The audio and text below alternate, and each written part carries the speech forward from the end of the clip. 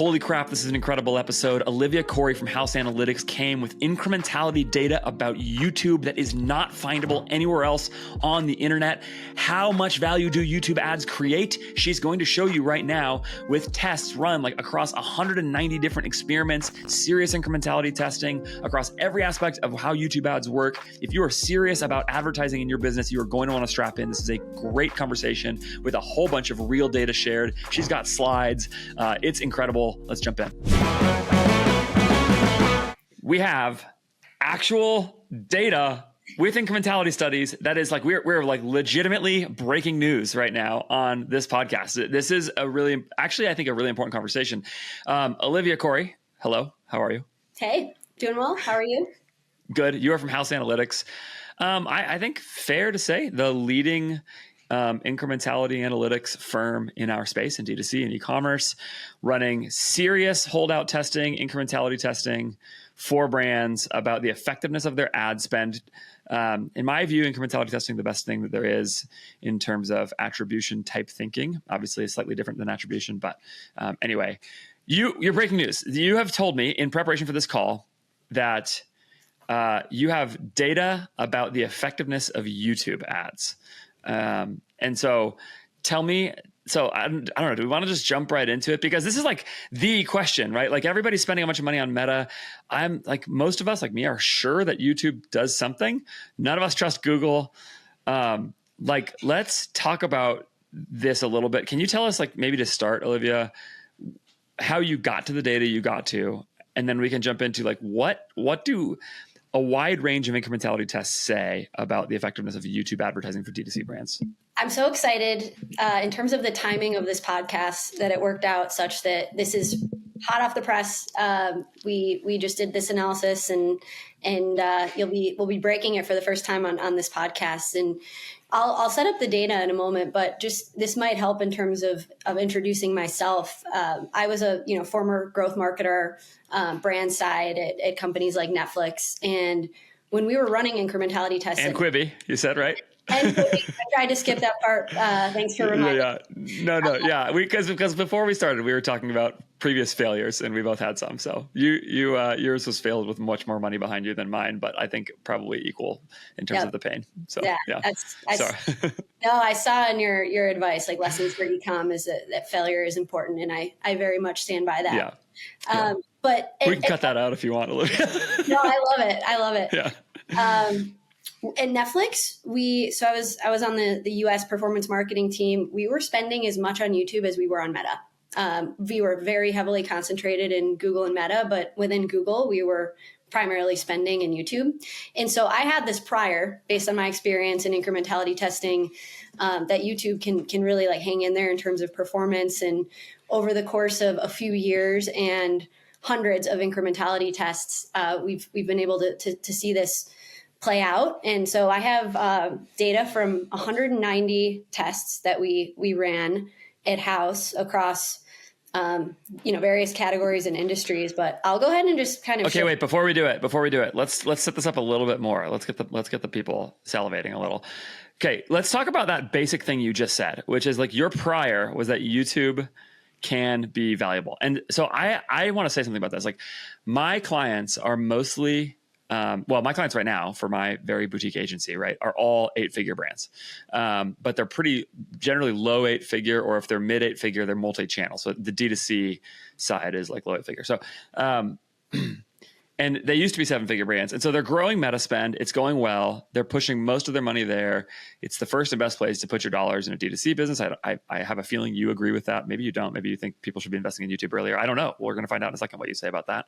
But in any case, like, just my prior also is that YouTube is just videos. Like just sort of, if you just consider what the ad is, what the ad unit is, there is no a priori reason why YouTube ads should not sell products to customers. Like, it's not like there's something magical, I think, about the newsfeed. And especially when you like get the way the payment works on YouTube, and you only pay for actual videos viewed and some of those things. Like, it just has always been strange to me that it has been so hard to validate the effectiveness of YouTube. I've been interested for like at least 5 years and taken little forays into YouTube advertising because it's like, this has to work. And the only reason it wouldn't work, so far as I could tell a priori, would be a matter of essentially conversion optimization engines. Like that, the idea would be that like Google can't allocate your dollars towards the right person as effectively and efficiently as Meta could. And I think that's definitely the likely explanation for it. But there's this other problem, which is that nobody trusts Google's reporting. And if YouTube works, as a lot of people have pointed out, there's less clicking happening, right? So like essentially if YouTube works, this is another thing that I think has been pretty well established. If YouTube works, it is not measurable on a pure click basis the way that Meta is. I think so. Those are like my priors coming into the conversation. Okay, so YouTube has to work, like it just has to. Secondly, if it doesn't, it's because of the efficiency of distribution of things, of conversion optimization. And third, if it works, it's harder to measure because it's not based on a click. Okay, that's where I'm coming to it. So I don't know if you want to say anything else before we start to talk about what you've seen. One last thing before we do this, which is I have wanted aggregate data like this. Most people who are smaller D2C brands cannot afford yet what you guys offer at House, even if we would like to do it. And so I've wanted like a baseline heuristic to work from, just essentially some range of outcomes of like how incremental is YouTube relative to what, Google says or something like that. So, okay. So you've got data, you've got some slides. If you are listening to this and not watching it, we will publish this on my audio feeds too. Olivia's going to show some slides right now. We will talk through them as best as we can. But if you want to see the slides, go to YouTube or Spotify, which has video, and you can check them out there. So, okay, let's do it. Awesome. Okay. You can see the setup slide. Yes. All right. I want to hit on some of the points you just made in terms of the priors that you come in with.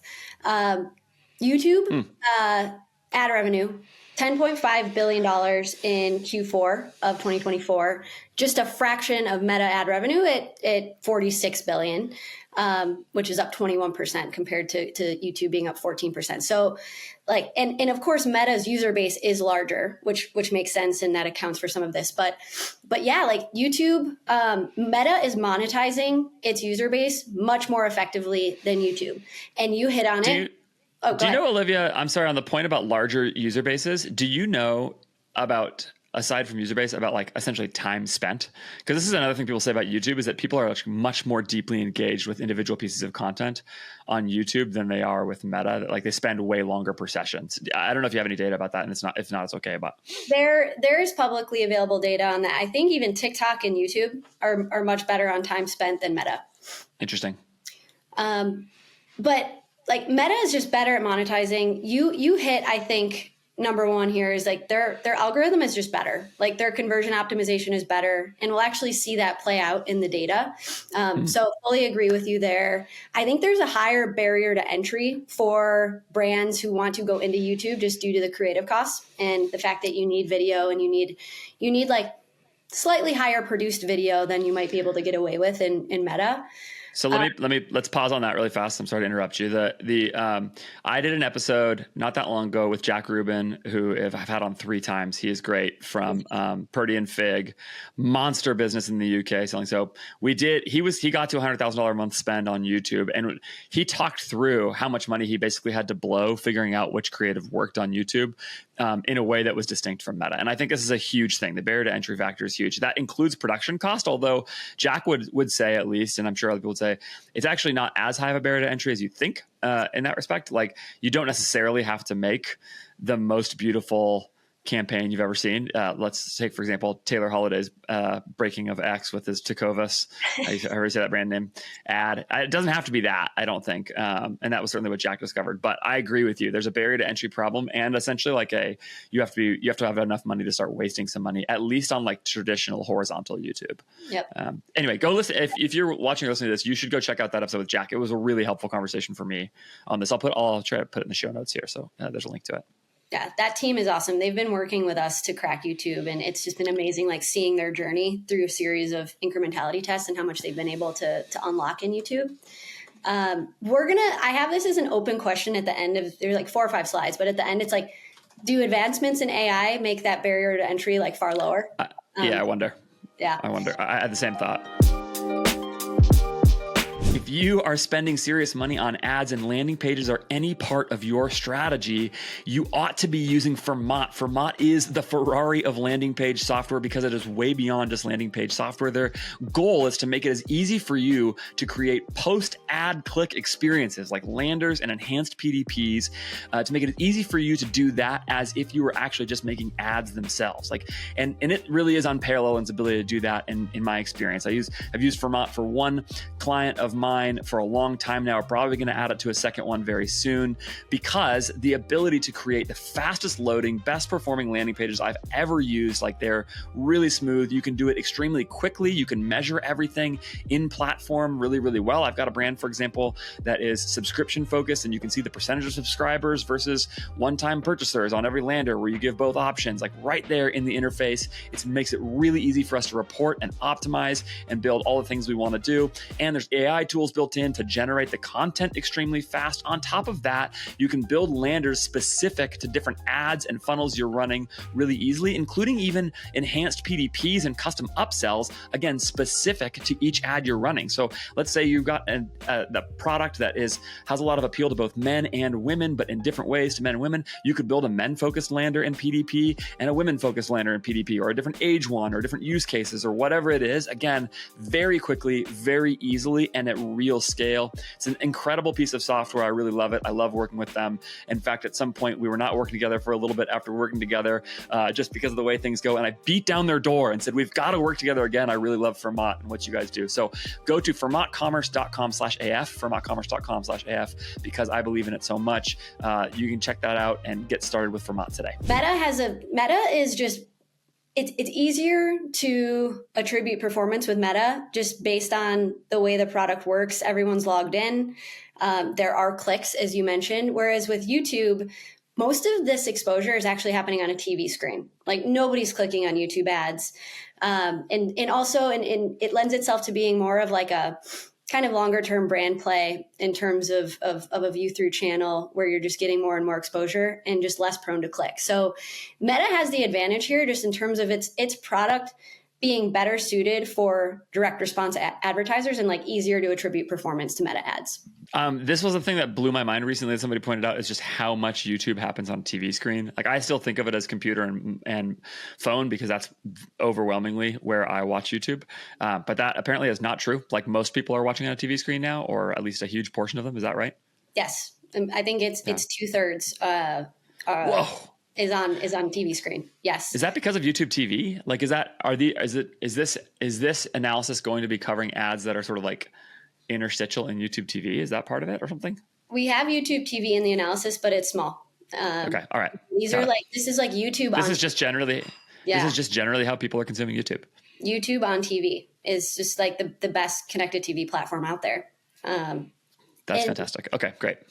And just to set this up, the reality is that nobody's spending as much on YouTube right now as they are on Meta. So when we go through this analysis, remember that these brands are spending about 30% of the per day budget on YouTube as they are on Meta. So they're spending about 1/3 what they spend on Meta in YouTube. Which probably has some effect on, that means that, among other things, that people who are watching your YouTube ads are also seeing you elsewhere at 3 times the volume and maybe a cheaper CPM. I don't know. You'll probably be able to tell me that. Yep. And I'll be the first to say that it's not a very fair comparison if you're spending 1/3 the amount you're spending on Meta. And so just take that with a grain of salt, is that the budgets are not equivalent here. But if you could spend 30% more effectively, and we'll find out if it's effective or not in a second here, that's a really big deal, especially if it's growing and getting better. Yeah, especially if you think about how these first dollars in YouTube are likely more efficient than spending that budget in addition to everything else you're spending in Meta. It's marginal efficiency, right? So That's right. Okay, this is the fun stuff. We don't often share this data, so again, I'm excited to be able to bring it here, but it's just so striking and so powerful. Summary point number 1. YouTube conversion campaigns drove a 3.42x incrementality factor just on D2C. So what this means is YouTube in-platform metrics are underreporting the incremental impact by the tune of about 70%. And that's right, not accounting for, that's just to say that's not even single channel for like Amazon or retail impact. So the IF here, the incrementality factor of like what the platform is reporting versus what you're actually getting is 3.4x. That is crazy. That is so much. Okay, I have a couple of questions right away. I'm going to let you go through this slide. That way I don't keep interrupting you, but then I'm going to come back with questions. One of them, though, is let's just clarify that metric a little bit more, and you tell me if I'm repeating this back to you correctly so that everybody's tracking what you're saying. What you're saying is if YouTube says that I'm getting a 1-to-1 ROAS, like if in my Google Ads reporting dashboard, right? So I put in $1, I got $1 back in revenue. What I'm actually getting back on average is $3.42. Now, this is an average. Averages are evil. This is a range of things. Let's have all those caveats here. Olivia is not saying, I don't think, that everybody should immediately go and multiply their revenue by 3.4 and assume that that's definitely what's happening. But, am I stating that correctly? $1 in revenue reported in Google is actually $3.42 in incremental value. Absolutely. Yep. Okay. And the average is important here. The range of incrementality factors when we looked at this data, and again, we have a large sample size here. We have 190 tests. The range here of incrementality factors is 1 to 10x. So it could be as much as 10x, where if you think you're getting a 1, you're actually getting a 10. But it also could be as low as 1. So 1 to 10 is the range. 3.4 is the average. Okay, I have so many questions. Keep going. I'm so tempted to just keep interrupting you. Go ahead. Well, I'm going to come back to them. Yeah, you mentioned this at the top, and we can spend a lot of time here. But you mentioned that this platform is like notorious for underreporting. What's surprising to me is that like Google has allowed that to happen. Like, I know. How could like this money making machine be so bad at reporting the impact of its ads on YouTube? Like it's surprising to me. Usually we see that platforms tend to overreport and like take too much credit. And so this is just that's what everybody says, and I think that's because in part Google has like abused them all with branded search reporting, which is like, oh, you're getting a 15-to-1 or a 10-to-1, and actually like the incrementality is like, I don't know. Do you have an off top of your head metric for branded search incrementality, Olivia? I don't want to go on record with that. Fine. That's fine. It's much lower. That's the point. You're not actually getting, if you were actually getting $15 back for every dollar you put in or whatever, then you would spend more there. Okay. So, but so that's the reason why, right? Everybody is scarred from that. But I have long believed that in fact, Meta certainly is underreporting in the windows that it gives you, especially if you are paying attention to click-based reporting. And I've heard this comment from YouTube for a long time. What I actually wonder though, is if it's actually true that Google's actually underreporting, or if it's that people are only looking at click-based ROAS. Essentially, they have selected their attribution settings to be that. And if you were to actually factor in view conversions, it would be a different story. Yeah, that's a really good question. Maybe when you're opening up to view through in Meta, you're right. way over. You ought to be highly skeptical. Yes, you want to be skeptical, but maybe in YouTube it's a little closer. That's the way I've thought about it for a little while. But I'm such a Meta background person that's worth my time that it's still hard for me to like break the habit. I still don't think that would cover it though, because I'm sure exposure is happening on TV, and like it's not the case that users are like logged in to YouTube as much as they are logged into Meta. I don't know if even Google would be able to connect the purchase back to the exposure, even in a view through model. Yeah. Okay. Yeah, I'm sure that's true. This episode is brought to you by my friends at More Staffing. Morestaffing.co/AF is the place to go get started with More Staffing. Very simply, More Staffing gets you access to the best Filipino talent for your e-commerce business. And that is a huge win for you for a couple of reasons. The first is that you can access incredible talent working in your D2C business, like at higher levels than you think. If you think of Filipino talent as virtual assistants only, $5 an hour or less, you are missing out on the opportunity for what is available for you. You should be hiring up market in the Philippines to get experienced people with deep D2C resumes across every part of your business, whether it's marketing, operations, supply chain, anything like that, at manager levels and up, who can make a real impact everywhere you go, or everywhere your business is working and everywhere your business is operating. And the beauty of More Staffing is that they connect you not just to Filipino talent, which is definitely less expensive than hiring that same talent in the US, but they're going to also connect you to great high quality talent. And the way you know that's true is that they give you a 1-year guarantee on anybody they help you hire, which is way longer than what most recruiting firms do. So if you hire with more staffing and that new employee doesn't make it for a full year in your business, they will rehire that position for you at no additional cost. That is an incredible guarantee, and it speaks volumes about what they are able to accomplish in terms of connecting you to incredible talent. My business has been transformed by working with More and their sister companies. And I really mean that. Everything about it. I was just in the Philippines a couple months ago. I can't tell you how much I love working with these people. They are great, high quality humans who really care about doing a great job and connect you to incredibly talented people.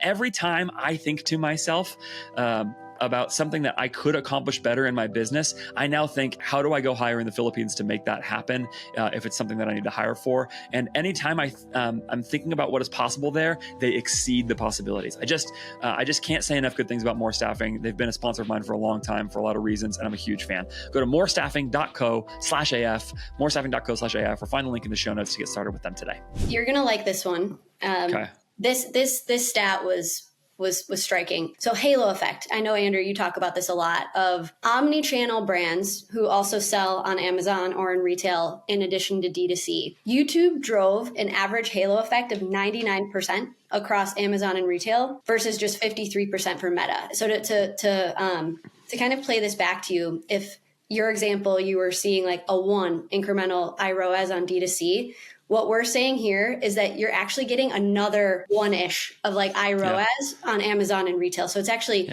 2x better than you thought, based on the fact that these ads are driving Amazon and retail impact to the tune of D2C impact. And Meta is also driving halo effects, but just not as much, like 53%. So in this example, if you're seeing a 1 iROAS in D2C, it's probably another 0.5 iROAS in Amazon retail. I mean, I actually think that Meta stat would shock a lot of people. And this is a mistake. Taylor actually recently recorded a great podcast episode about this, just like the impact of your Meta ads on your Amazon account.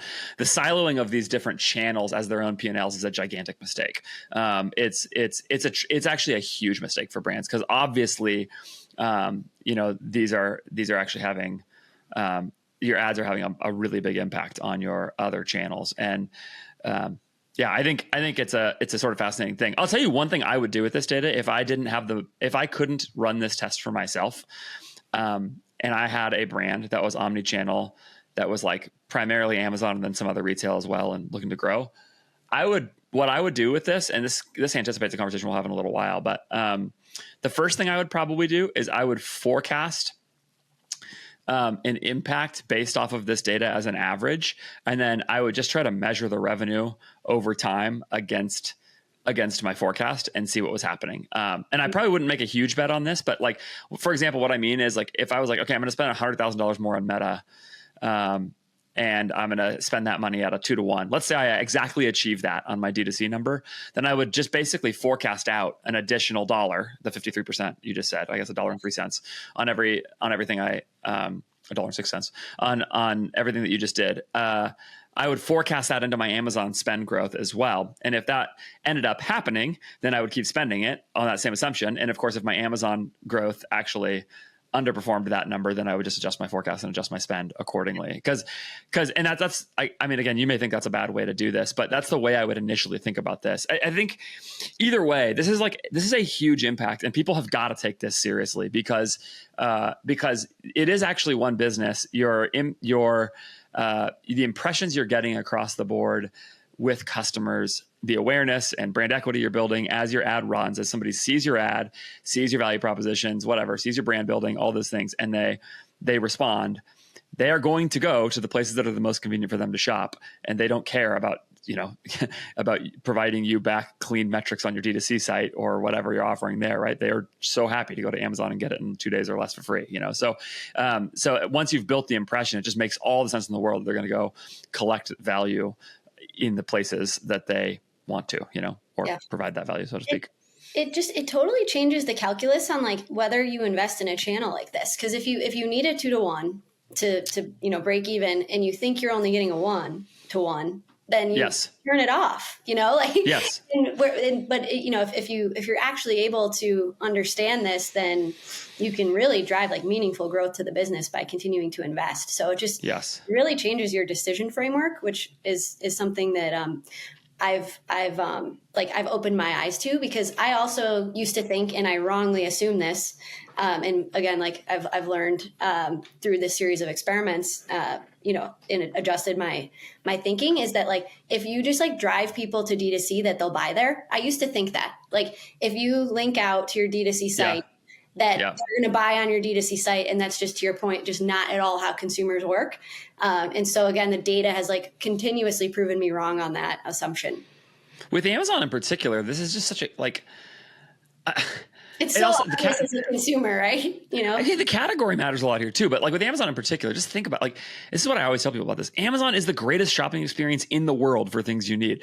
You click a thing, you get it for with incredibly sometimes same day shipping, and you get it with no shipping costs. Same day shipping to your door for free. Why would you not do that? Especially if the offer is the same in both places, if you're going to charge for shipping on your site versus elsewhere, right? There's like all these little things that skew it more towards that direction. So yeah, this just makes all the sense in the world to me, and is exactly what I would sort of expect. And that's before you talk about other categories where, like, like I used to work with, and I don't think she'd mind me saying this, with Kory, deodorant brand. And, they launched every Walmart door at one point, which Sarah had said on my podcast at one point. They recently just announced that they launched a bunch of Target doors. It's a deodorant. Like, if you're running that ad, people are going to want to smell it. You know what I mean? So like, it just makes all the sense in the world that your ads would impact in-store sell-through. Like, somebody's going to click on your ad and then go to these other channels and buy them where it makes the most sense. If they're already in the personal care section at Target, like, why wouldn't they go, oh, I've seen that somewhere, I saw their website, what does it smell like? And then go take off the cap and smell it or whatever. It makes all the sense in the world. So people just have to kind of like keep that straight, I think. And if they don't, I think they're prone to make very big mistakes about underinvesting in their growth when they could actually capture a lot more value in a lot more places. Agreed. Okay, long-term ROAS is another thing you have here. Yep. So long-term effects. Let me set up this idea of a post-treatment window on a house experiment is just where you end the test, you revert back to national. If you're running a geolift, you kind of revert back to national, or you end the test, and we just observe the behavior of the regions that got treated versus the holdout regions over time. So we look at how the initial exposure influences kind of behavior over a longer period of time. And YouTube's impact is certainly, I think, more pronounced the longer you run. So the stat here, if you're not reading the slides with me, is that iROAS improved on average by 79% during the post-treatment window versus only a 37% improvement for meta campaigns, which means that over time, if you include the post-treatment window, which is often 2 or 3 weeks, that iROAS improves by almost 80%. From the end of the test through that post-treatment window for YouTube, and it improves about 37% for Meta. So the long-term effect here, and it's not even long-term, it's like medium-term, it's a few weeks after the test ends, is like significantly more pronounced with a YouTube test than we have seen with Meta. That 37% number for Meta fits almost exactly the estimate I make for nearly every brand I work with on like the sort of impact over time. I just call this with my clients the delayed purchase behavior, or the delayed purchase multiplier. And I build this into our targets very much on purpose. And again, the idea here is really simple and is super intuitive if you think about it. But I think people have a hard time with this if they get too much into sort of click-based measurability, which is that people take time to make a decision. Like, I don't know, maybe they see something they want today and they wait 2 weeks for payday, or maybe they talk to a friend about it, or they research, or they're just lazy, or they forget. I don't know, who knows? All kinds of reasons people delay their purchase, and so yeah, this is fascinating. It's fascinating to me that YouTube is so much better. I have a question about both of these two that maybe is that we can kind of lump these together, both the larger halo effect and the larger delayed impact that you're talking about here. Why? Why do you think YouTube outperforms Meta on both of these? I have a theory, but I want to hear yours. Well, you've got to say that like the fact that you don't click on YouTube has something to do with it, where it's like it is just inherently view based. So you're getting exposed to these ads, but you don't really do anything after. And so I imagine like you need frequency there if you're not actually like prompted to take an action. And we've seen this play out anecdotally with like OTT as well, where we see a larger impact on Amazon and retail than click platforms like Google and Meta. And it just has to me, it like has to come back to this idea where you're just not clicking here and you're not researching, and thus it's going to take longer. Or like the second theory, and that's going to come to point number 4 here when we get to it, is that YouTube is prospecting harder. Like YouTube is potentially targeting like a a less warm audience, and thus it's going to take longer to move them through this funnel than it's going to take to move somebody who's a little bit warmer in Meta. That's interesting. My theory is just that people are having a deeper impact, a deeper engagement with the ad. That essentially, like, this may not be right, but just that, like, my understanding of YouTube ads is like you get like essentially 30 seconds before you have to pay for it. Like, somebody spending 30 seconds on your ad's a long time, and so yeah. I mean, the counter argument to that is that a click normally results in like a minute on your website, and that's a really deep brand impact as well. So the click also produces that. But just that, I wonder if the impressions are essentially just higher quality impressions in terms of the amount of attention somebody has. I also know people talk about with YouTube, again, it's sort of like less of a like sit and scroll behavior and more of like I am deeply engaged with the content that I'm consuming behavior, and that may also lead to like a deeper brand impact for folks. So those are that. I think your answer is also reasonable. Like, I think all of those are speculation, but they're reasonable. But it's a really interesting thing. Yeah. We haven't disagreed on anything yet, Andrew. We'll get there. We'll get there. One other thought I had when you were talking. Do you want me to antagonize you more? That make a better podcast? No, I was expecting it, but this is fun too. No. Did you think that I was anti-YouTube coming into this? No. Okay. I like your contrarian takes. Am I contrarian? What do you have a sense of what my contrarian takes are? I would love to know what I think some people have accused me of hot takes at times, but I actually feel like I'm constantly couching everything and nuancing everything. I sort of like, I don't think I've ever tweeted a take that I internally thought was hot in my life. I was, and we can cut this out, but I was listening to your interview with Barry where you were just pretty much convinced that that cost caps like don't deliver or over deliver to warm audiences. Yeah. You're like, no, I'm definitely right on this. Yeah. Well, Barry's a good example. Barry like comes on and knows that we're going to do that, and he came on specifically wanting to argue with me. That's a fun episode. If people want that, I'll put that in the show notes too. If you want to hear me argue about that. Yeah. You mentioned something though here that I think like I talk to our house clients about this all day, which is not getting too hung up on like the exact iROAS or CPIA number from a 2 or 3 week test. For these two reasons that we just talked about of like, this is short-term efficiency. Like, there is definitely latent impact of ads that we can't capture in a 3-week experiment. And so I try not to focus too much on like the exact number, and more so, how do we improve that number over time? Like, if it's a 1.5, how do we get that up to a 2 in the next experiment that we run, or, like a 3 over time, instead of like just anchoring on the exact number? Because it's just so obvious, especially for these, like higher AOV, longer consideration products, that there's value here you're not capturing in a 3-week experiment. And that's just the reality of this.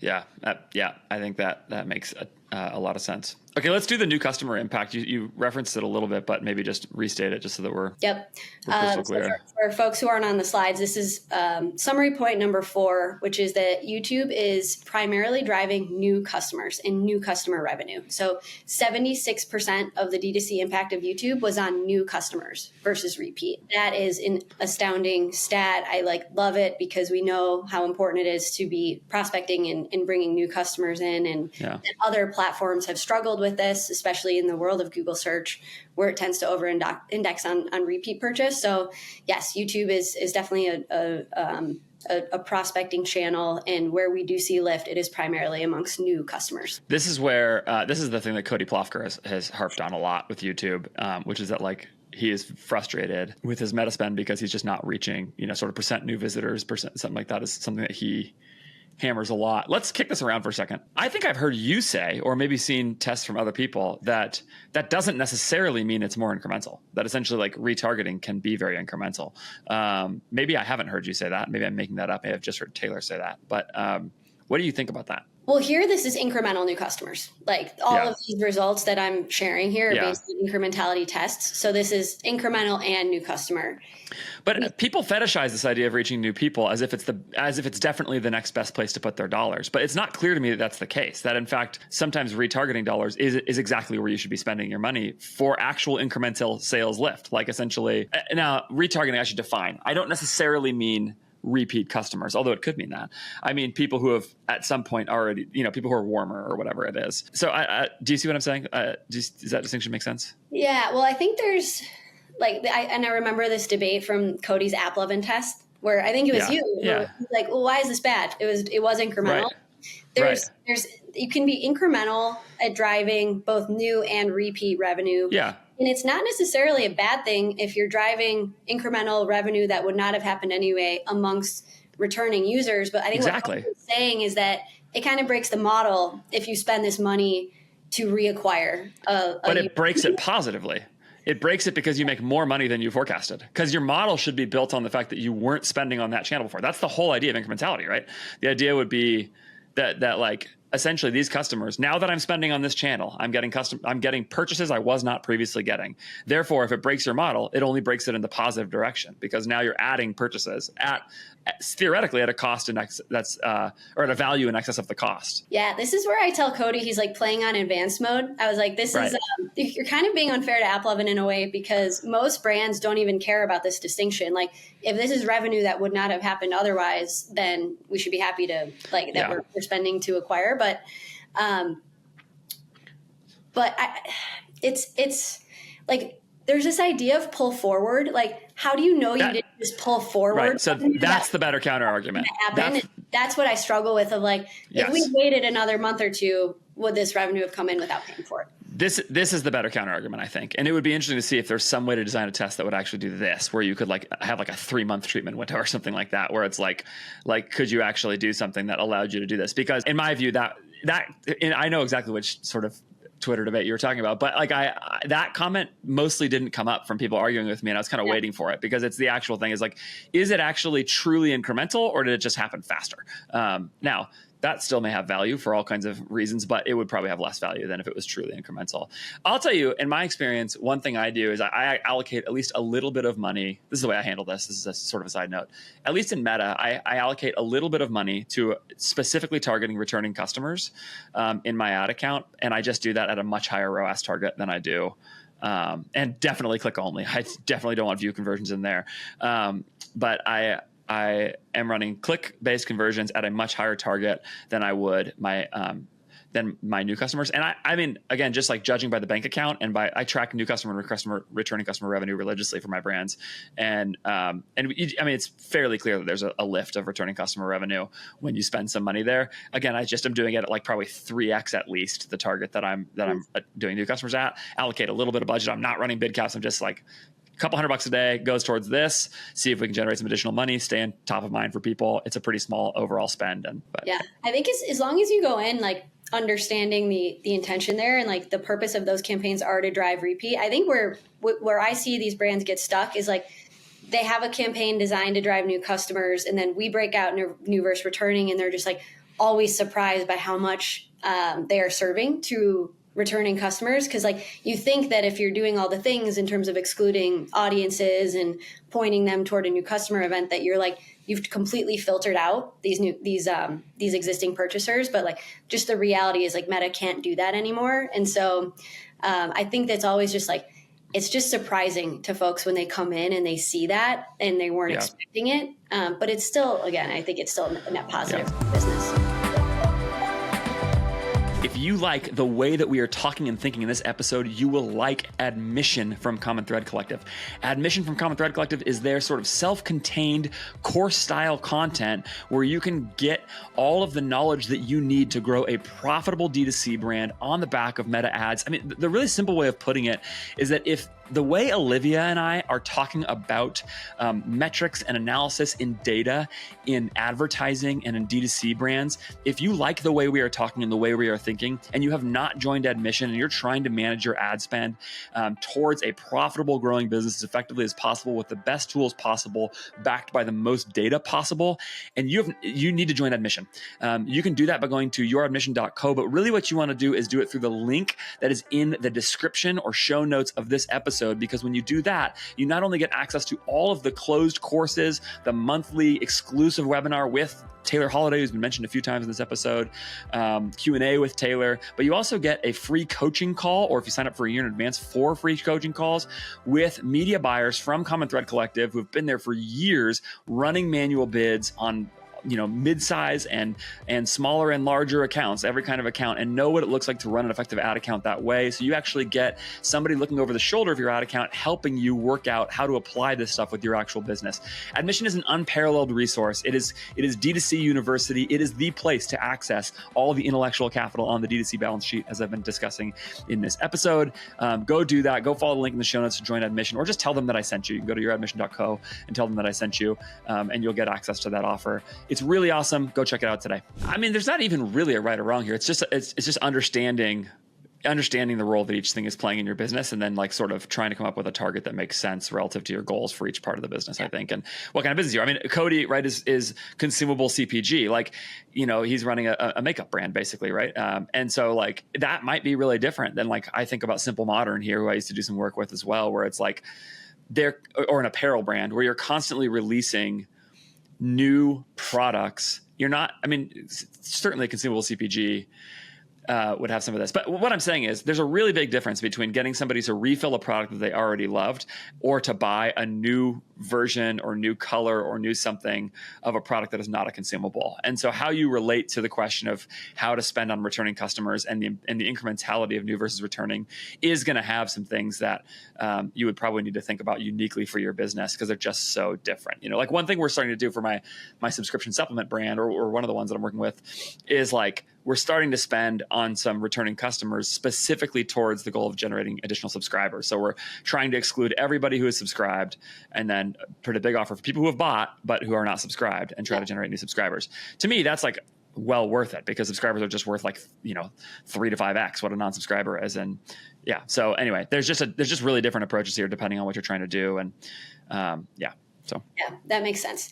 This always just makes me chuckle, because like we're talking about like the most advanced kind of like sophisticated way to do this, and most brands aren't even measuring incrementality. So when we start arguing over like the incrementality of new versus returning on Twitter, I'm always like, this is amazing to see, just like how quickly we've matured as like as a community, because most brands I work with are like not even they're just like still trying to understand incrementality in general. Olivia, I can't tell you how important this point is to me. The way I always illustrate this is I go back to like the way I always phrase it, right, is that the intellectual capital on the collective D2C balance sheet, that's the way I think about it. The balance sheet that we all own together, okay, that you and I both have a part in this balance sheet, okay? The intellectual capital on that balance sheet is like so much higher today than it was when I started in the industry, right? I just wrote like a 10 things I learned after 10 years in e-commerce post. I didn't even put this here, but like the way I illustrate this is the first piece of content I remember recording at CTC when I was there early on was how to define your CPA and why it's important, your CAC. Like, it's like, I mean, can you imagine releasing that piece of content today? Like, I mean, I guess somebody out there would probably be helped by it, but like, it is just like, it's crazy. Yeah, it's just illustrating that point. That was the world we were in. And that's because D2C was a newer channel and a newer way of thinking from a bunch of people who had been in other kinds of businesses where they just didn't think that way down to the level of customers. And so, yeah, I think you're completely right about that. This is a hobby horse of mine. It's part of the reason I'm bullish on e-commerce. The industry is just getting way smarter. Go ahead. Sorry, do you want to say something about that? Oh, no, just that like, and that's when, again, it's kind of just been accepted as like common practice to remove like view based like conversions from Meta. But when I'll start with a brand, like that's not just default. Like they're reporting an 8-to-1 or like a 9-to-1 ROAS because they're including view based conversions, and these are like larger businesses. And so a lot of these things like that I think this community just like kind of just like inherently understands is like not at all the case. And I work with like some pretty modern, sophisticated, smart. brands. Yeah. Right. Yeah. But this is the way influence works in communities, right? Is that like, essentially, I think these conversations are good for that reason. Like people who are like you, who have access to this data set that so few people have, can then disseminate that content, and we can have a conversation about it. And I've been in the industry for 10 years and have learned a lot since my videos about CPA days. Like, and Cody, I'm sure, would say he's learned a lot, and Taylor would say he's learned a lot, and all these things. And then the conversation happens and can make it to people who got into the industry last year or 2 years ago, or their brand grew 100% and 10,000% or whatever in a couple of years, and they're just opening up to all kinds of new ideas that they didn't even have time to learn, whatever. So I think it's important to do it, because even though these situations are different, it is a significant thing. Hey, I want to ask you about something with this data set really fast, which is to come back around to the thing you mentioned in the beginning, which is if the 3.42x incrementality factor against D2C sales is YouTube. I have two clarifying questions. The first is that YouTube spend including both sort of quote unquote traditional YouTube and shorts, or is that YouTube only not including shorts? Because I have a lot of questions about shorts. Okay, great. You're going to get there. You just changed slides. Okay. If you're going to get there, don't answer that question for a second. I want to ask a different one first. Okay. So go back to the previous slide, if you would, really fast. We'll come back around to my question in a second, because you've got slides about this. Okay. You are at House Analytics. House Analytics is expensive, relatively speaking. I don't know if you are cool with me saying it that way, but I just mean it. What I mean by expensive is not that it's overpriced relative to the value, just that it requires a large investment. You got to be spending a lot of money with you guys for it to make sense, because you guys are doing really sophisticated stuff. And I should just pause here and say, despite you telling me I didn't have to do this, I'm going to say, if I was running a larger brand, I would absolutely be working with you guys to figure this out, especially if I'm multi-channel. Like if you're a larger brand listening to or watching this, you should be getting on the call with Olivia or whoever on your sales team you point people to say, like, okay, is this something that I should be investing in? And if you're at probably at least 2 ad channels with significant spend, and probably especially if you're at 3, you really absolutely should be working with House. They're great. I've seen a bunch of tests. The stuff you guys are doing is mind-blowing. Okay, so there's that. First of all, follow up with Olivia. The links are in the show notes. DM her in the relevant places. Go to house.io and do that. Anything you want to say about that really fast? No, let's get into it.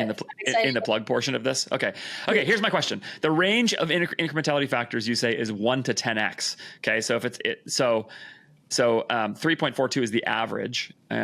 Is that range a bell curve?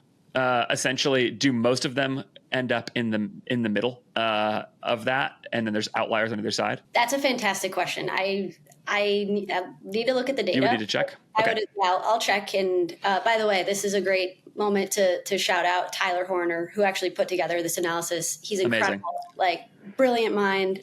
So appreciate it. And that's a fantastic question in terms of the range. I would assume that's fair to say, but we'll confirm. Yeah. Okay. That would be great. Maybe we'll have Tyler on for a future one of these or something. But the reason I ask is that one of the reasons I'm interested in this kind of data is that for brands like mine, right, like that are getting to a point in their spend where they would like to be investing in incrementality but can't quite yet, not with you guys. One of the questions I have is should we assume the average as a starting place with some error bars, or is it so different across so many brands that it's actually not that helpful? And my assumption, my prior here would be that they should assume the average, because most brands are average, right? And that's not bad or good. It just is. That's just what an average is. And that basically, or at the very least, you ought to regress whatever happens in the individual test to some degree mentally towards the middle, because outliers are outliers for a reason. So say anything you want about that, really, Olivia, like how I should think about this. I've struggled a bit here because I've been a pretty vocal advocate for YouTube, and then these smaller brands sign up with us and they launch YouTube, and out of the gates, it's not a success. And so it ends up being not even close to that average. And it's much lower. And my hypothesis here is that the larger brands just have larger creative budgets. Like, they're used to producing these types of assets for TV and for other channels. And this is just a new muscle. And if you can't really, to your point about Purdy and Fig, you need to invest some serious money to actually produce creative that's going to work here. And so it hasn't really been, in my experience, anecdotally, home run out of the gates, for these brands that sign up with us. And it really, I have an awesome slide that we can link where a brand signed up with us. They started at a 1 iROAS, which wasn't profitable for them with YouTube, but they were we are committed to this channel. We are going to make it work. And over the course of two or three more experiments over a few months, they got it up to a 4. And now it's profitable and working hard for them, but Yeah. they had to work at it. And so that's where like maybe we can cut the data in different ways to show that for certain categories or for certain like stages in terms of maturity, maybe you're further to the left or further to the right.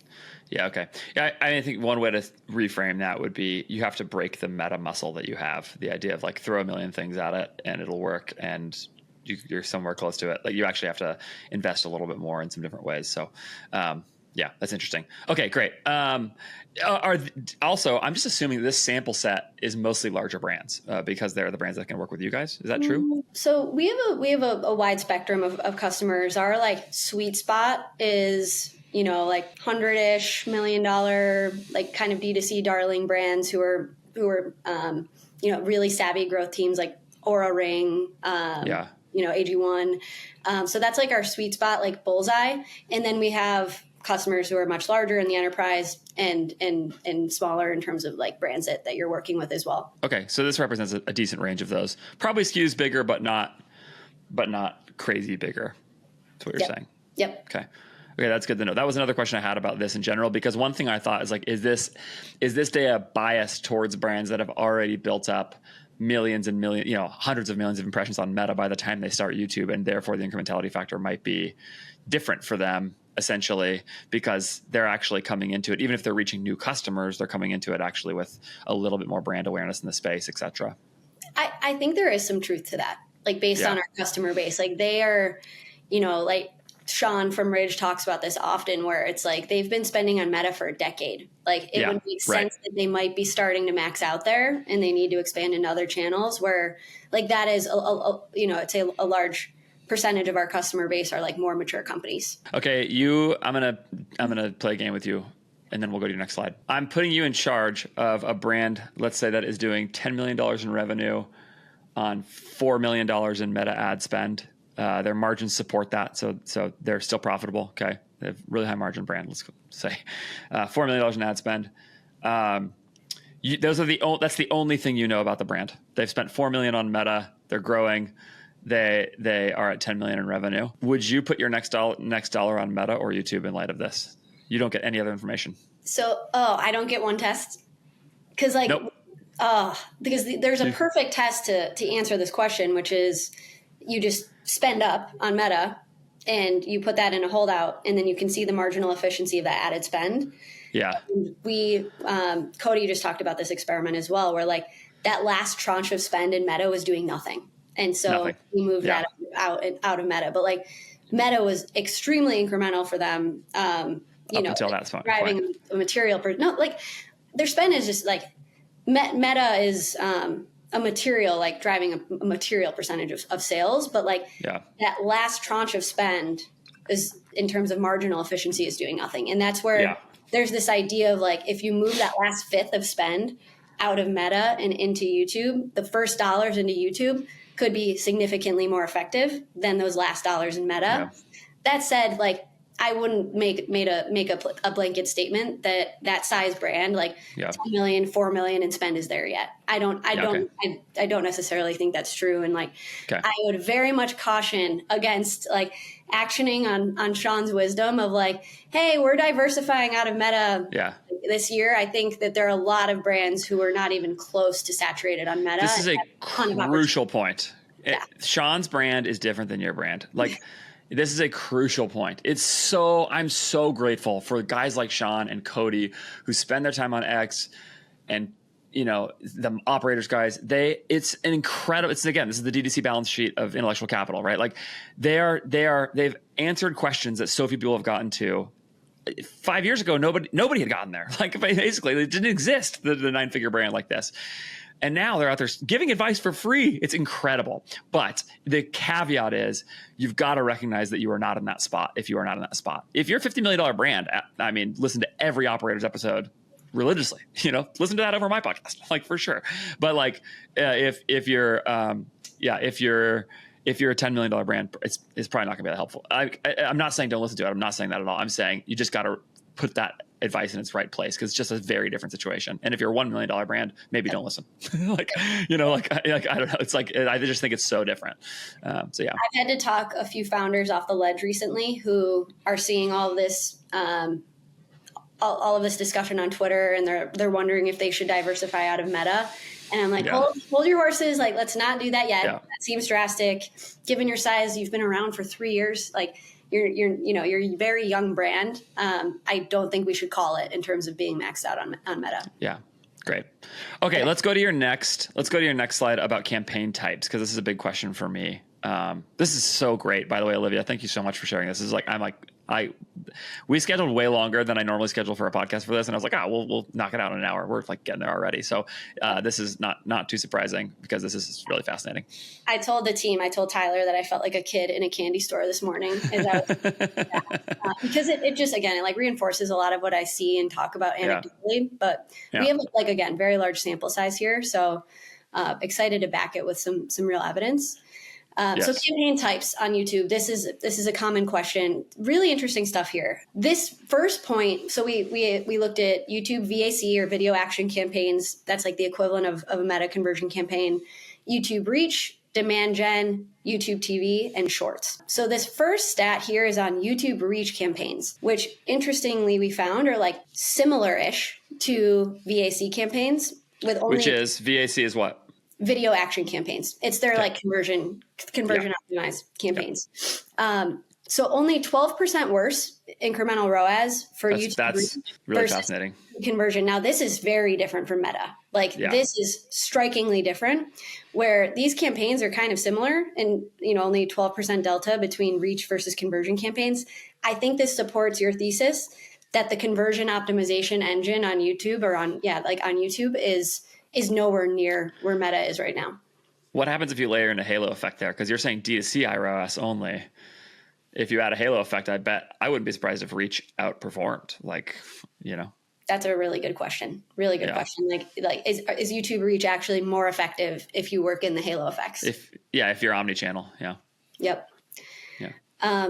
This is again just very different from how Meta operates, where not too much difference between YouTube reach and YouTube conversion campaigns. Yeah. Okay, moving on to the next stat. Cool. Have you heard of how YouTube is moving all of the video action campaigns demand over to demand gen?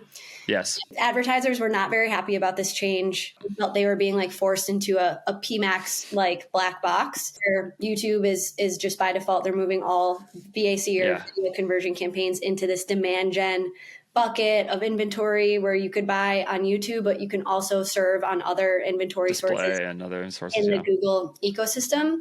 So this was a very encouraging stat, which is that demand gen is actually outperforming their legacy video action campaigns. So average D2C iROAS 27% better on demand gen than VAC, and a bigger boost in the post-treatment window.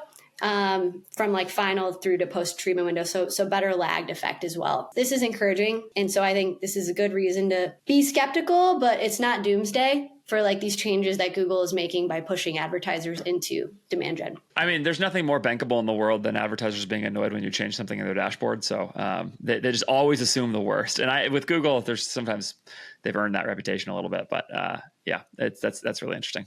Okay, great. So demand gen has been positive. That's good. Let's go to YouTube TV. You had asked about YouTube TV and how much of this kind of phenomenon is actually driven by YouTube TV.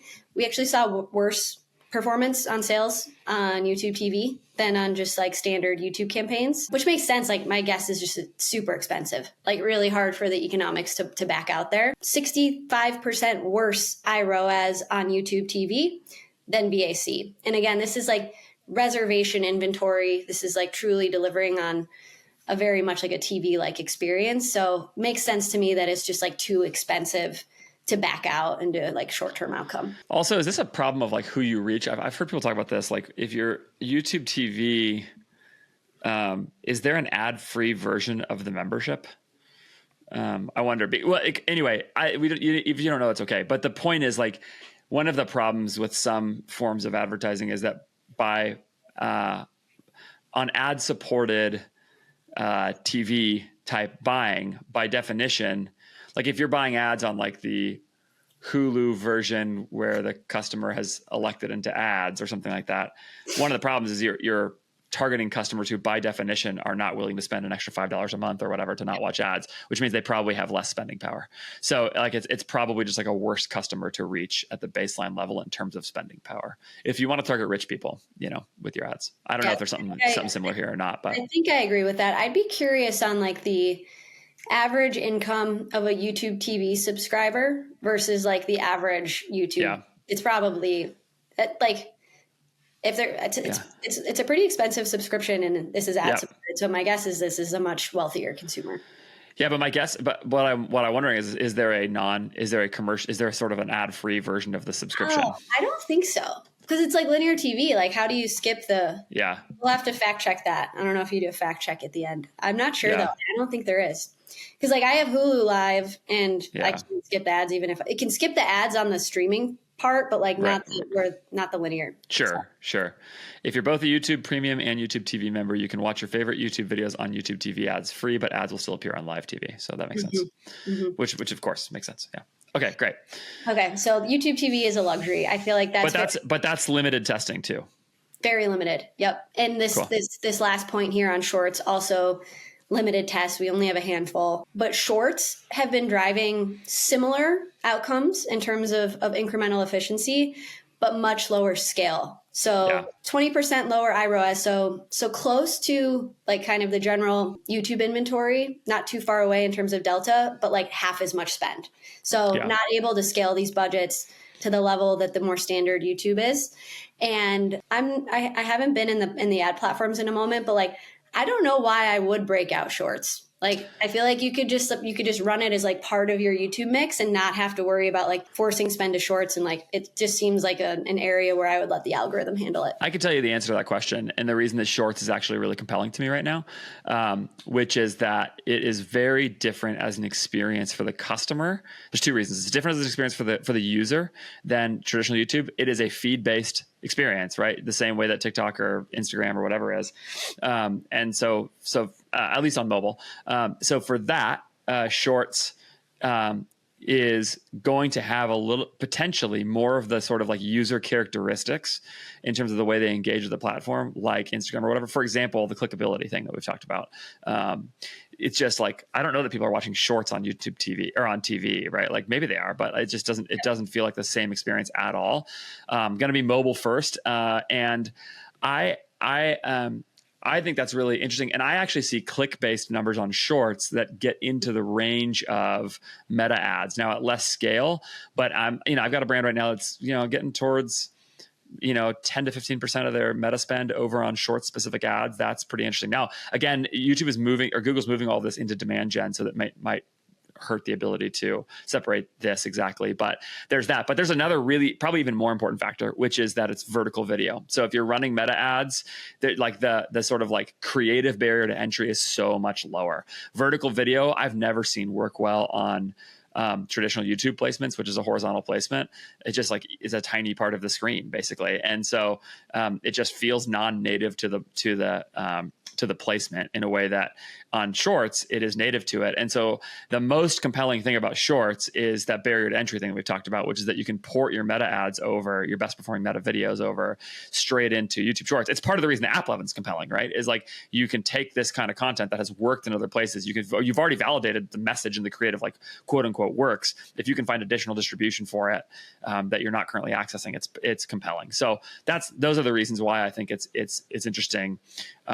And it's sort of interesting. It's not surprising to me that the iROAS is a little lower than what you're seeing for the other ones, for all the reasons we've said, which is like this sort of user experience is maybe a little different, a little less like devoted and focused, a little bit more click-based, less view-based, like kind of quick hit kind of things relative to the longer YouTube experience, TV experience, all those things. Yep. Yeah, you're going to hit a ceiling in terms of scale. Like if 2/3 of the exposure is happening on TV screens, you're gonna max out in terms of scale, which is kind of what makes YouTube so powerful. But that's a great point that like this is a low cost, low barrier to entry way for a brand on the smaller side to actually get started in YouTube. It would be a fascinating thing, Olivia, to get some of this data for brands like like I said, kind of in the space that my clients are, like lower 8 figures, who are starting to do this. They want to diversify outside of Meta. They can't quite stomach all the upfront YouTube costs yet, but this is like a step into that.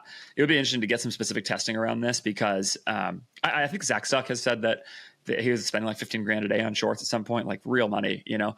I don't know what the inventory availability is like. I don't know what the user adoption is on shorts. I think it's growing, but I'm not sure. There was a second there where I thought maybe the TikTok traffic would go there among other places. I mean, I don't think it will all go there, but so yeah, it's sort of an interesting thing. If they can make that platform really work, I would love to know, because if it is possible, I think it's potentially a first step into this world for a lot of brands that are in that space that I'm talking about. Yep. So we've had some campaigns at click-based numbers spending, multiple thousands of dollars a month or whatever. Not huge for a brand that is like click-based, 2 to 1 or better, And those brands don't need a ton of scale, like just need, I don't know, 20K a day. Like this is like more than enough. Right. And so to scale those types of budgets,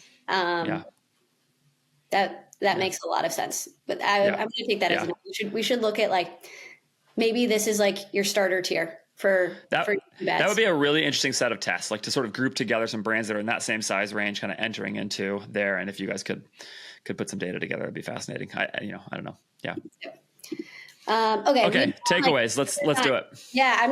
We've talked about all of this, so I'm going to run through these, but YouTube can be an effective direct response channel. It can drive short-term outcomes if you're measuring this in the right way and you've kind of moved off of click-based attribution. Due to its view-based nature, platform reporting is underreporting, significantly underreporting, somewhere between 1 and 10x. YouTube is even more performant for brands selling on Amazon and retail, and new demand gen campaigns are on par with or better than VAC. Open questions here. I don't think we'll have time to get to like the rise of AI video here might make this more accessible. I love your point on shorts also, making this more accessible to SMBs. And then how scalable is YouTube? Like, can we punch that number up higher than 30% of Meta? Like, I imagine right now, YouTube is a very strong number 3 after Meta and like Google search.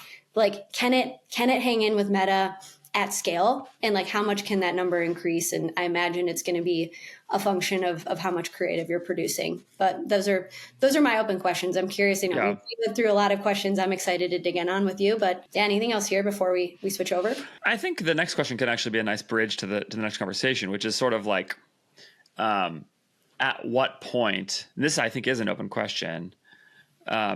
You sort of said like, how scalable is YouTube? Where do brands start to find diminishing results? That's sort of like that back end of your YouTube experience, right? But I'm interested in the front end of it, like, which is like, where do we think about what a brand ought to do listening to or watching this? What should they think and do with this information, and how do they sort of step into it? We talked about the shorts thing a little bit, which I've definitely, it's kind of the way I've approached it with my clients, is like shorts is sort of the step into this.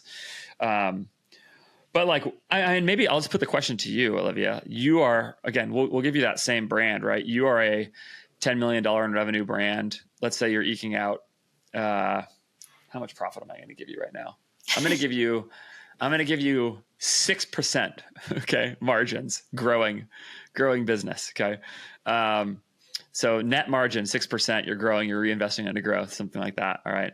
I'll give you more money than that. You get 10%. Okay. We'll make the math easy. $10 million brand, $4 million on ads, and 10% net margin. So you got $1 million in profit every year, but you're growing fast. So you're plowing a lot of that right back into cash for inventory as you're trying to get to 20 next year, whatever it is.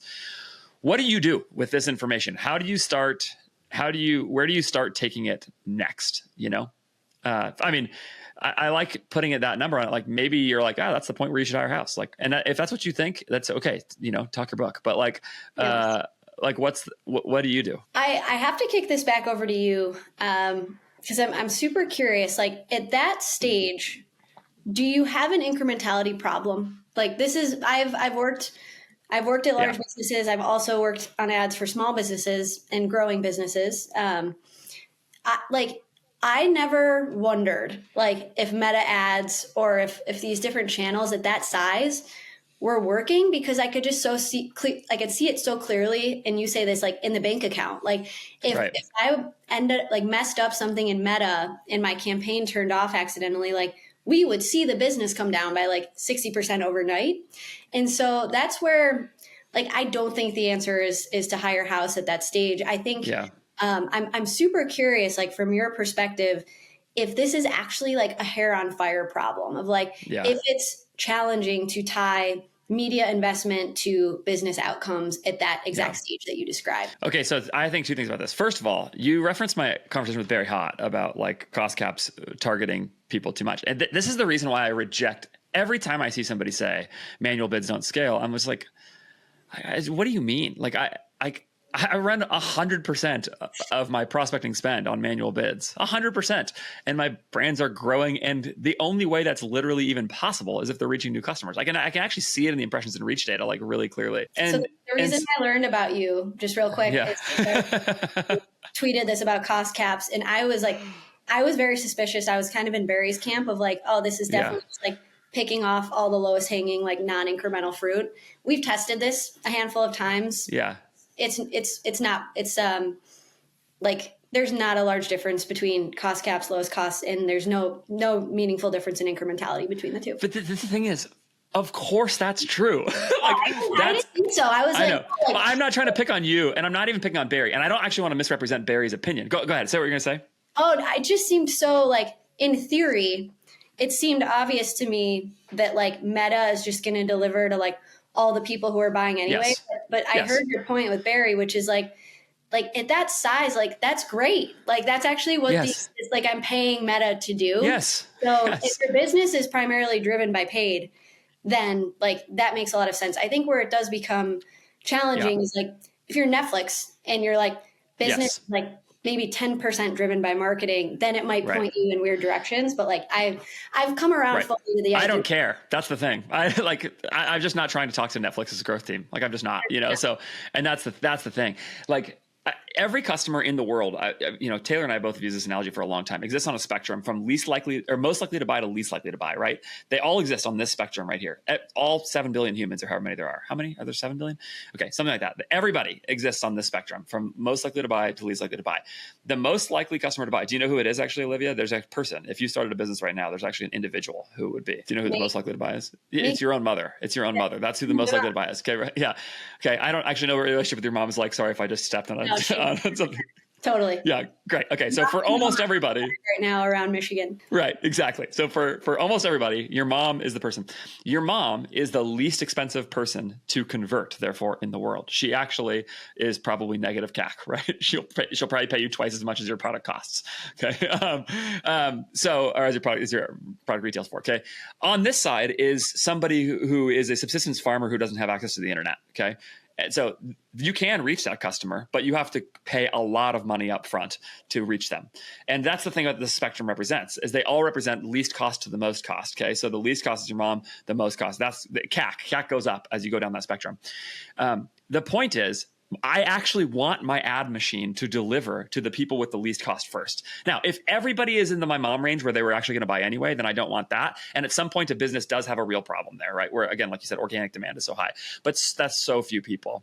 And the other point about this on the manual bid side, and this is the point I was trying to make to Barry, is like that's the whole point of the bid. That's the entire point of it, is at some point there's a threshold. And again, on this spectrum that exists for everybody, let's say it's right here.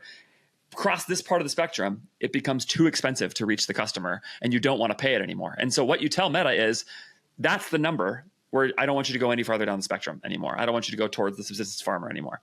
And that's the whole point. And so like the cost cap or the TRS target or the bid cap or whatever, what those all do is set that limit for you. And they say, keep going past that. So yeah, a lot of those customers are going to cost less. And I don't know, maybe there's some optimized way, but that's the whole point.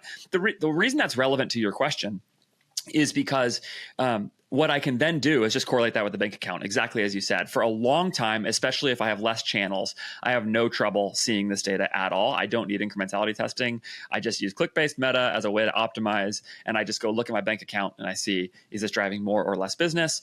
There's a couple little pulse checks you can do on this. The one that I like to use the most is use the last click data. And this is going to be mocked by many other people, but last click data does not tell you the whole truth, but it never lies. It's extremely tight in terms of what it tells you, and it's consistent over a long period of time. So you can use that to say, like, if suddenly Meta is reporting that I'm reaching 5 times or making 5 times as much money as before, but my last click data is the same, something is probably wrong there. And I should probably be skeptical of it. So that's the way that I think about it. Having said all of that, there is a point where, and this is where I've reached out to you and DM'd you and tried to ask you questions about exactly this thing, which is, Google. It's the addition of Google and the expansion of Google, which is a mess. It is an incrementality mess. Branded search is an incrementality mess. Categorical demand that is basically in market is an incrementality mess. YouTube is an incrementality mess. You just told me they're underreporting by 70%. PMAX is a nightmare. You can't even see what's going on. And so as brands try to layer that in, that's the point where it's like, I just want at least some heuristics. Also, the halo effect. So it's the addition of Google and the addition of serious second channels, which is usually Amazon first. Those two things are the point where it starts to be more complicated, and we have to find some solutions. And what I'm like desperately looking for, I don't know if House can create the product for this to go serve this side of the market and then keep them as customers into their $100 million journey or whatever. But what I'm like pining for is like, what's the intro to this product, to what you guys are doing for those two problems? If we can solve those two problems for brands, I think they could grow a lot faster. I think I mistakenly thought that like Google had self-serve incrementality the way Meta does. Like Meta has these self-serve incrementality tests that I always recommend folks who are just starting off, like, go run a few of these. I'm learning that like I was spoiled in the, like, as a large brand at Netflix companies of like, oh yeah, we could just do it free through Google. And so I'm always wondering, like, oh, why don't these brands just run directly, like using Google's native tools? I know now, like that they don't actually offer these widely, especially to like the mid-market and SMB. And so that's the Google ecosystem is a big question mark. I agree with you. It's often a fraction of the spend of Meta, but just like, you want to grow it. Like YouTube as an example, it's getting up there if we want to be spending like, 1/3 the amount that we're spending on Meta. And I think a lot of brands feel like they're flying blind here, in addition to Google, Amazon retail effects. So we're thinking and like kicking the tires on like, maybe this isn't like an annual subscription, but maybe this is like an a la carte model where you can just like pay per test. There's a heavy kind of services component to our business because these metrics are so new. Again, we talked about it, but like you are the upper echelon in terms of sophistication here, but like a lot of brands need support and like service kind of incorporating these new metrics. Like, what does iROAS even mean? I'm not used to this, this nomenclature. And so maybe there's an a la carte testing model. It's like pay as you go. And like somehow we can get the services to make sense so that it's we tend to be a fairly expensive SaaS tool, like relative to the stack. But that comes with like a lot more service than you're going to get from like just a Shopify app that you're plugging in and using. So I'm like very committed to figuring this out. I think Google, Amazon retail are like very big question marks that probably warrant incrementality tests, but you want to make sure, you really want to make sure you're like powering the experiments in a way where you're going to come out the other end with a result. Like what we see often is if you just try to hack this together, or you like, pay a random vendor, they're just going to, they're not going to actually show you how much you need to spend and like how long you need to test for, how large your holdout group needs to be in order to like sufficiently power the experiment. So there's ways where just like you can do it wrong. And that's actually like more destructive than not doing it at all. I mean, so I've never for any brand I've ever worked on used a single MTA tool or anything. And I've been against them the whole time because there was a minute there where they were probably really useful because of iOS 14.5 nuking Meta ads tracking. And so for a second there, they sort of solved that problem faster than Meta did, which was, I think, a useful thing. The triple whales of the world, et cetera. And I'm not trying to pick on anybody. It's just the reality of what the tool offered. But I think what you just said is so important, which is confident advice in the wrong direction is like the worst thing for you.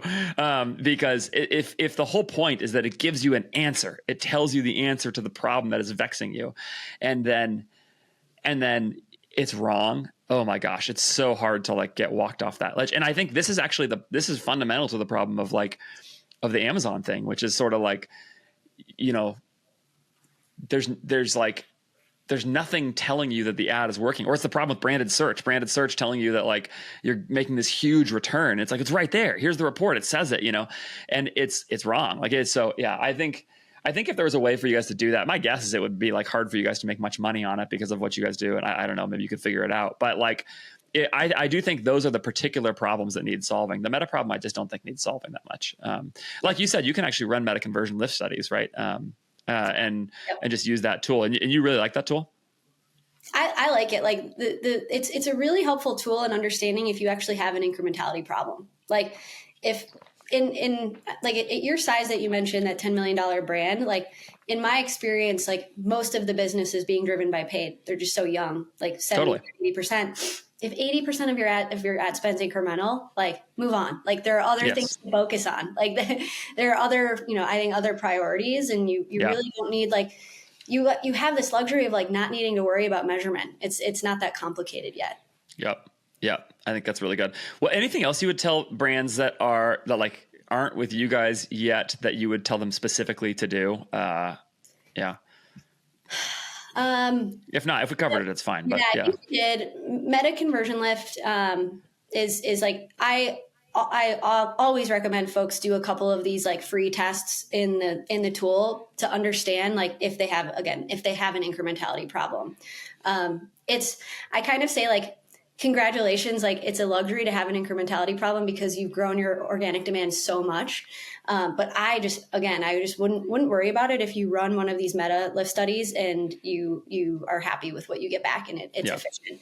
That said, you know, Google and the Halo with Amazon and retail, like if Amazon is only 10% of your business, like don't worry about it yet. Like I see it start to kind of creep up as an issue when it's like starting to represent like 30, 40, 50%. But my general rule of thumb is like, how much outsized impact could media be driving if Amazon in total only represents like 10% of share? Yeah. And normally this is the thing about the Amazon thing is you can actually see this too. This is the reason why, like I've always sort of tried to push people towards at least assuming some halo effect, because it's the same thing as like the bank account never lies. Like it's like, if suddenly you're making a bunch of money on Amazon that you weren't making before once you launched there and you're not spending a lot on Amazon ads, like, well, those people came from somewhere. The other little thing people do to use this, or the thing people use also, which I think is a nice proxy metric for this, is brand search on other platforms. So like you could actually use it for Google too. But if you're running, you know, let's say you're a brand adding Amazon. Okay, you could check your brand search listings and check like your brand search volume on the channel. That is a good leading indicator that you are driving awareness in other channels because that came from somewhere. That demand didn't just pop up out of nowhere. You know, it came from something. So that can be a good leading indicator. So if that's growing, you can use that, and you can use that same thing if you're like on Walmart.com, if you're on Chewy, if you're on like some of those kind of other online retailers, it can be that. But there actually is a point here where I even would say like, I don't know, forecast your P&L and make sure your ad spend is a certain percentage of the revenue. And like, you know, it just like chalk it up that way. So, but those I think are things that I would generally tell people if the P&L is working, it's working. Yep. One last piece of advice with the Google stuff. Like people are so afraid to shut it off. I've talked to so many people of like, if you really want an answer to this question, just shut it off. And then I'll have a brand shut it off. They won't see any impact, especially on the brand search side. Not always the case, but sometimes the case. And then I see like the people come out and say, well, like it's going to be a delayed effect. Like it's going to impact your business longer term. And I fundamentally reject that because if you turn Meta off tomorrow, you will see your business come down. So like, why are you holding like Google to this like totally different standard? Yeah. Like, if it's driving no immediate impact, then like it's probably not. Yeah. Yeah, right. So that's like I encourage folks to just turn it down, turn it off, like see what happens, and usually you can start to. I'm doing that with a brand right now. We're really suspicious. There's another. This is a really specific Google thing, but other people have this for sure. I'll give you an example. When I was at 4x400, we had a brand called FC Goods. I've mentioned it a lot of times. We made wallets out of old baseball gloves. Okay, and that brand. so therefore, as we ran our ads, there's some other brands doing that, but they were much smaller than us. We were definitely spending more on ads than others. And so as we were doing that, we could see in our search data suddenly the increase of the term baseball glove wallet in our search terms. That term might as well have been a brand term. We ranked number one for it organically, and people were looking for us. They just forgot our name, and so I would say like that's another thing that happens for some of these brands. So I have another brand that just did this. We basically just turned off all those terms. We just thought, unless we're getting like a crazy in-platform number, we just don't think it's very incremental. Like we're just going to stop. And so that's what we did. We just turned off all of our search terms, made them account-wide negatives for a sort of range of terms like that are sort of like, I would call them like almost brand terms, like that. And I think that's another thing you can do is like go look for those. Whereas like if somebody was looking for like gift for dad, I'm like, well, I mean, what am I ranked for that? 100 on Google? Like it doesn't matter, so probably not even that high. So that is like, that's true top of funnel. And so you can just sort of use some intuitive thinking about like, what does the search term represent the person thinking on the Google side? And where are they in the funnel? I think a lot of that is kind of intuitive. So yeah. Okay. Let's argue. You told me you wanted to argue with me about something that I think I probably argue with you about. We didn't even probably know each other, but maybe I could just tell right away that you were game for some arguments and you weren't going to be offended. One of my least favorite pieces of advice in the world in e-commerce right now for most brands is test everything. And here I am talking to Olivia Kory. Podcast episode about it. Did I? Yeah, you recorded like a solo pod. Oh yeah. Just preaching, just full pontificating about this. Your soapbox episode. Yes, I have a lot of those. And this also fits with, you mentioned my comment to Barry, but just saying like at some point, like, no, I'm right about this. The reason I try to state things actually like this really strongly at times is because I actually want to be pinned down on an answer. My actual least favorite piece of advice is not test everything. My actual least favorite piece of advice is related to test everything, but it's a cousin of it. It's different for every brand. It's not quite the same as saying test everything. It's close though. But if it works for you, then it's different. I reject that. I think manual bids work or they don't. And there are ways in which they work differently for different brands depending on your scale. But I think in general, you should approach it with that kind of perspective, right? This is kind of what I think about like YouTube incrementality tests or something is like there's something to be said here at the baseline level. And then you have to go out from there a little bit to how it applies uniquely to your brand. And that's definitely true. So I try to say things really strongly in part because I want somebody to tell me I'm wrong. If I'm wrong, that's fine, but I want to do that. So one of mine is that brands should not test everything. What they should do instead. Because I think what they do is they make the mistake of testing a lot of small things and sort of swimming. This is the problem with the intellectual capital on D2C balance sheet is there's too much of it actually. And it's hard to sort through who is worth listening to and who's not. And so sometimes they actually need to turn off the podcasts and just like do the three things that matter the most and all that. So anyway, there's my opening statement. Tell me your opening response to that, or whatever you hate about my advice, which is fine. You are literally the head of a testing company, so I'll tell you what I agree with and what I disagree with. What I absolutely agree with, and I think is like essential, is having a set of strategic principles. Like otherwise, you just end up saying yes to everything. And I think like the lack of focus, especially in an agency where you can just get like pulled in a million different directions, is like crippling. I've seen it like so many times where you just end up saying yes to everything because you don't have a framework through which to like evaluate anything. And so when I was running, like when I was overseeing growth teams, like we had a set of strategic principles. One of them was like, we are heavily concentrated in Meta and Google. That allowed us to say no to like all of these distractions and not get hung up in Pinterest and all these other channels. And we like aligned on that with the exec team when we got started. So specifically for agencies, I think people need to find a playbook. The worst thing you can hire in an agency is an agency in general who's going to say,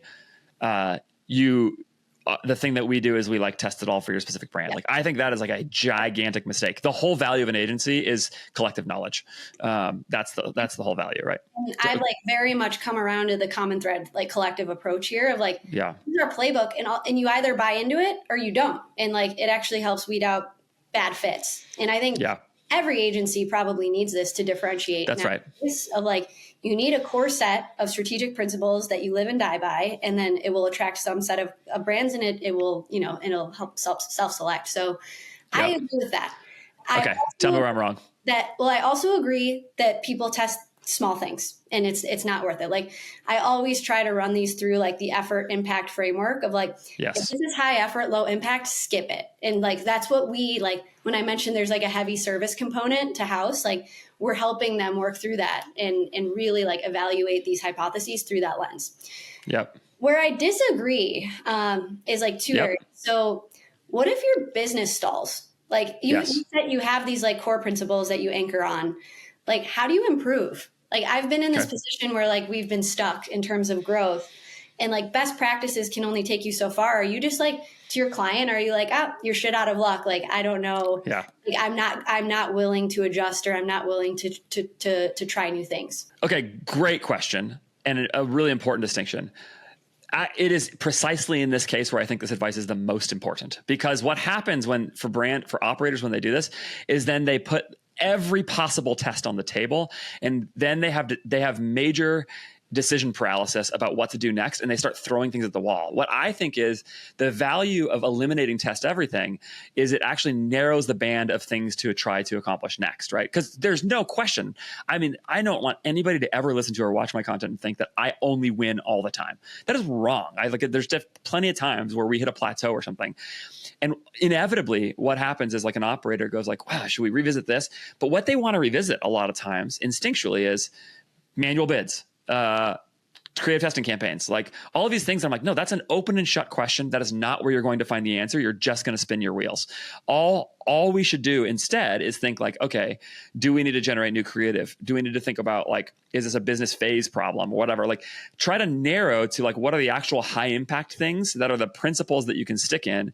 And then yes, you're going to have to test those for sure. Right. So like within that narrow band, you can do it. But the thing I really want to avoid in that case is relitigating the questions that are least important. This is how brands get on the agency carousel, because they're like, oh, somebody else can do the creative thing. Somebody else can do the media buying thing. Their way is better, or whatever it is. And what you actually need is a principle around this kind of thing to go, okay, this is what I believe is going to work most likely. And I'm going to commit to that. And I'm going to eliminate that test. And instead, I'm going to try and say like, what is the actual larger impact thing that is different than what I'm doing right now? Because you do need to do that, right? So like right now, I'll just say like business phase, earlier, sub 8 figures, generate a creative machine that you run through manual bids on meta ads to grow your D2C business, ruthlessly make your supply chain more efficient. Because I just guarantee you, if you're sub 8 figures, you've got all kinds of mistakes in your supply chain that are costing you a whole bunch of money. Those two things, lean OpEx. Those three things are the three things I would effort. If you hit all of those and you're still not growing, then I'm willing to talk about what else you need to test. But do all three of those first, okay? Over 8, once you cross that 8-figure mark, then it becomes probably, for most brands, a product development problem, where it's like, okay, now you need to think about where your products are. Do you need to launch new products? Whatever it is. Now, I just spoke to what every brand is doing everywhere. There's going to be a different thing for a subscription brand versus an apparel brand versus whatever. There are real differences in those categories. I'm definitely not trying to say otherwise, but that's where I think that's where I think that this like this kind of test everything approach actually just sends people spinning their wheels on the wrong things, and it's really counterproductive in those cases, because you're going to come across them. Everybody's going to stall. Everybody's going to have trouble. Everybody's going to have to figure things out. Yeah. I guess I've just been proven wrong like so many times. Like, AppLovin is a great example. I was the most skeptical of AppLovin when this started popping up, and I was like, don't bother. And then folks kind of pushed it through in terms of testing, and like it actually ended up being like a pretty meaningful channel. And so there's another example where like we learned at Netflix that you always want to advertise the free trial. And like I had that ingrained in my head. And then I went to a different streaming company, and I was like very resistant to testing it, because it's like, we've learned this, like I don't want to relitigate it. And we ended up testing it, and we found that like we shouldn't have advertised free trial, and like, there's a pretty significant step change in terms of performance there. And so like, I don't know, I've just seen like what challenging my long held beliefs can do in terms of like growing a business. And so I'm like, I don't think you, so I actually don't think you tested things there.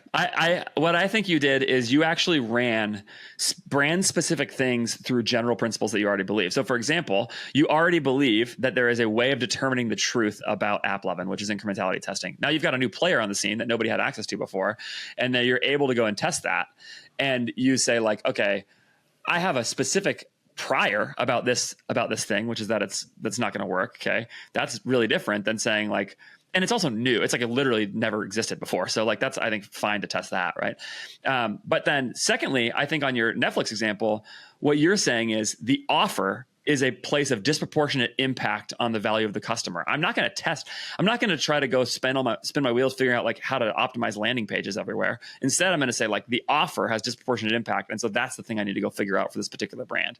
Like that is the kind of principle that I think is like, and so I don't know, maybe it's semantics, but like I think in those cases you actually ran product or brand specific things through broader principles that you already had in place. And the broader principles are the things I care about.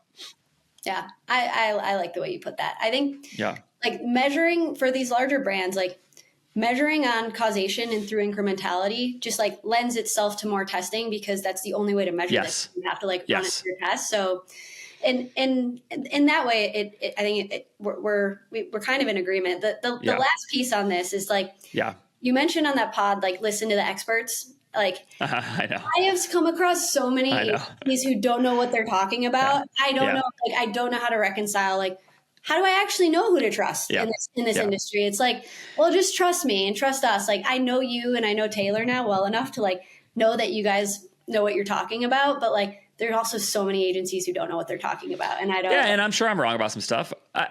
I think that's absolutely the best counter advice to what I'm saying. And actually the problem of having an earlier stage, this is even, you know, I just wrote, like I said, like a 10 things I'd tell my younger self piece.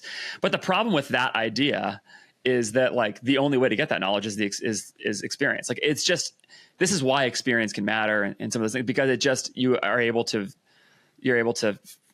you know, evaluate people better. So I agree. I mean, I agree with you. I think trust the experts is part of the reason I say it again is maybe that is a hotter take is like, because it's so like known that there's, you know, that people are going to disagree and be wrong about things. But like, I think that the skill you have to develop is trying to figure out how to source what good reasoning is and isn't. But of course, if you aren't good at reasoning yourself, then it's going to be really hard to do that. And so, yeah, I think it's a fair critique. I think what you're saying is a fair critique, which is like what you're saying is true in theory, but actually in practice is extremely hard to do. I think that's right. It's part of why I do think people ought to be. Taylor's a great example of this. Like, I just don't know anybody who more rigorously supports his opinions with like some kind of approach to data, and who is actually willing to be called to the carpet on claims he makes. Many people wiggle out of them. Maybe that's my advice on this is like, if the person says it can be different for everybody all the time and just change all the time, that's the person you shouldn't listen to. The person you should listen to is the person who's willing to make a statement and then have it evaluated. Because if they're not, then they actually can never be held accountable for anything they ever believe. It's just all over the place. It's like I know this is like a classic thing in political punditry. Like it's like the reason people use, what's the betting site? I use it all the time and I can't think about it. Polymarket. Yeah, it's the reason people say like Polymarket is a way better predictor of what's going to happen next than like political pundits, right? And it's because once you actually have to put your dollars on it, now you're being willing to held accountable. And I think there's something similar going on with advice. It's just like, yeah, I'm like my chips are in on this idea, you know, and therefore, yeah, whether it's your status chips in the community or whether it's something else, you know. So that's why I like a strong opinion. I'll take, you know, Taylor's been anti-AppLovin, strong opinion, great, that's fine. I can evaluate that claim, you know, and I can find out if he's right. So anyway. Yeah, ultimately, I do think like a lot of these brands get stuck in like lack of focus, and that like it's a net positive. Like I think I would rather them test less and focus more than like I think the trap they too often fall into is like lack of focus and testing too much that like actually doesn't make an impact. So I've very much come around to like why you all really like focus on these core set of principles. And yeah, I would hire you. Thank you. I would hire you, Olivia, and I think everybody watching and listening to this. I mean, I'm actually desperately wanting you to create a product that I can afford. That's how much I want to hire you, and that's why it's like I've sort of tried to say like a few times, your content is so extremely helpful, and I think actually it fits exactly this conversation, which is like enough of the like pontificating and questions. Like somebody is getting at this with an actual objective way to measure the truth value of these claims, and that's I think why I've been attracted to your content and all that, and why everybody else who's watching, listening to this, not only ought to subscribe to, of course, the Andrew Ferris podcast. If you've made it this far, if you've spent an hour and a half with me and Olivia, then certainly you would like more content from me. So go do that. And follow you on LinkedIn as well. The links to do both of those things are in the show notes of this episode. So go do that. Go follow Olivia. You are, and I really mean this, and I really mean this, you are a gift to the D2C industry, Olivia. Like your place, you came out of nowhere in terms of my experience with you because of, you came from much bigger companies and those things, and suddenly are bringing like real data on a debate that had gotten annoying, which was like an attribution debate, in a way that was really helpful. So I should say to you that I sincerely really appreciate this. You are welcome back here anytime you have anything to share. I would love to do it again anytime. And that's why you got more time on this podcast than I normally give a guest. So anyway, thank you. I appreciate it. That means a lot coming from you. I appreciate it. All right, go work with House as well. HAUS.io is the place to go do that and run the incrementality tests yourself. This is the time to test things, is to do that with your ad spend. And Olivia, thanks. Well, I'm sure we'll do it again at some point. Would love to hear what people think about this episode. So please email me, podcast@ajfgrowth.com, or even better, do it on X in public. Tag us both. You know where to do those things. That way we can argue about it if you want to argue with me the way Olivia wanted to argue with me. So yeah. All right. Thanks, Olivia. Thanks, Andrew. Thanks so much for watching or listening to this mega episode with Olivia. I don't give guests that much time usually, but I did in this case because Olivia brought so much extremely helpful information. I appreciated it a ton. Go follow her. Like she drops stuff like that all the time. It's so helpful to, and I really wasn't trying to blow smoke at the end there. Like I'm so grateful for her. So go follow Olivia and go get more of that information all the time. Of course, you can also reach out to me at ajfgrowth.com. Sign up for my newsletter there by dropping your email either in the email pop-up or in the footer. Either one of those is fine. If you can't get the pop-up to trigger, there's all kinds of stuff that I'm dropping once a week, basically. Very simple, tactical stuff that can help you, as well as a little recap of like what shows you've missed, if you've missed any from me. So you can kind of stay up on what I'm doing in a really easy way without getting spammed. And of course, like I said, podcast@ajfgrowth.com if you have any response to this. And don't forget to follow up with all of my sponsors from this episode. That's More Staffing, FERMAT, and Admission. All three of those are great services and software programs and educational programs that I really believe in. And so you should go do that. Thanks again for watching, for listening. I will talk to you next time.